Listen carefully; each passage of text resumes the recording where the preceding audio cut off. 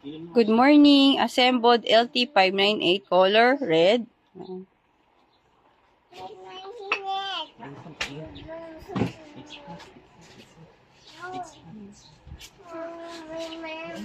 Open doors. Ito yung lock niya. Power on switch.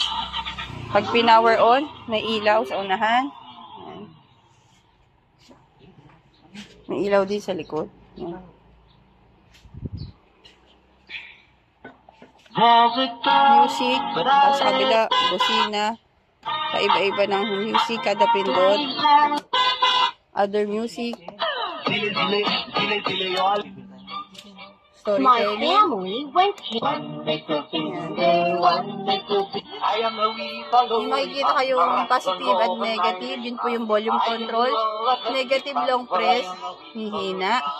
Positive long press, lalakas. So, USB checking po tayo. Yan. Insert ko lang po. Once inserted po, kung ano po naman ang USB nyo, yun po yung tutunog. Kailangan po MP3 song ang i-download nyo po. So, kahit po tayo sa USB port working.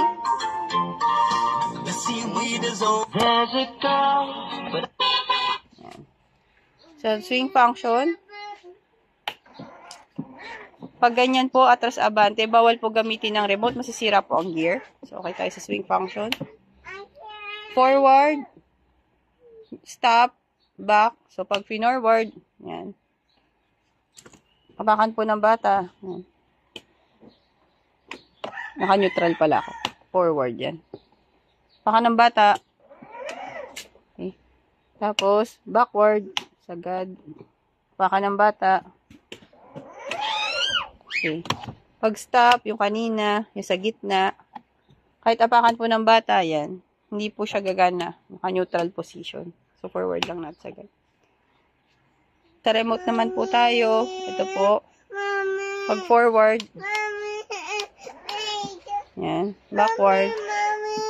So, speed control. Yan. Tapos, right. Left. Right. Left. Ito pong P. Yan. Park. Nag-blink po siya. Ibig sabihin, disconnected na siya sa mismong unit. Yan. Pindutin ko po right and left. Di po siya gagana as long as nag-blink po siya. Kanina ka-forward motion po tayo. Pag inapakan ng bata, hindi pa rin po siya gagana. As long as naka-park mode. Pindutin lang natin yung park mode. Steady na ilaw. Connected na sa unit. Manual drive.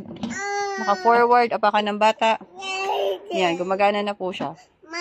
Sa pag-charge naman po tayo. Pag mag-charge po kayo, lagi naka-power off ang unit. So, ito po yung charger niya. Open ko lang po. Kaingatan lang po yung charger, wag nyo pong maibaksak. Yan. So, ganito po yung charger niya. Bilog po yung dulo. Pag wala po kayong universal outlet, gamit po yung adapter. So, pag in-insert na po siya sa outlet, magkakaroon po siya ng green color indicator, meaning po, okay po yung charger niya. Pag wala po yung ilaw, sira po yung charger nyo. Insert na po natin yung charger sa port. Dito po sa ilalim ng upuan. Once inserted, wait lang po. Yan po. Once inserted. Yan. Sa una lang po, ano siya, kala nyo po di mapapasok. Pero, insert nyo po, hawakan nyo po dito sa bandang dulo. Once inserted po, magbabago na pong ilaw. Magiging red color, meaning po nag-charge na yung unit. Yan. Red. Once po dumating sa inyo to, may factory charge na po siya. Pwede nyo pong paggamit sa bata. At pag nalobad sa kanyo lang po, i-charge ng initial charge ng 8 to 10 hours. Or until po, yan, pag na-reach natin, succeeding charging natin 4 to 8 hours po. Or until mag-green na po yung charger indicator. So, pag naka-insert din po ito, kanina po naka-power off tayo, mag-power on po tayo, hindi po siya gagana for safety purposes, as long as naka-insert po yung charger natin. So, tanggalin ko na po yung charger. Power on. So, good unit po tayo.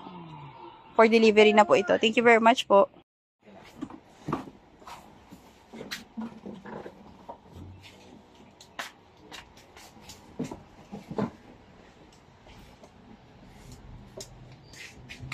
Ay, naglag. Napasok na. Sa rainy day dun eh, nahirap na. May baon-baon na ako kapote. Lagay niya tayo, no? Kaya, layo, no? Oo. Balik naman ang item niya. Mga maganda pa. Dito sa atin, no? Masagab pa naman daw ang rainfall. Kasama pa ako sa picture.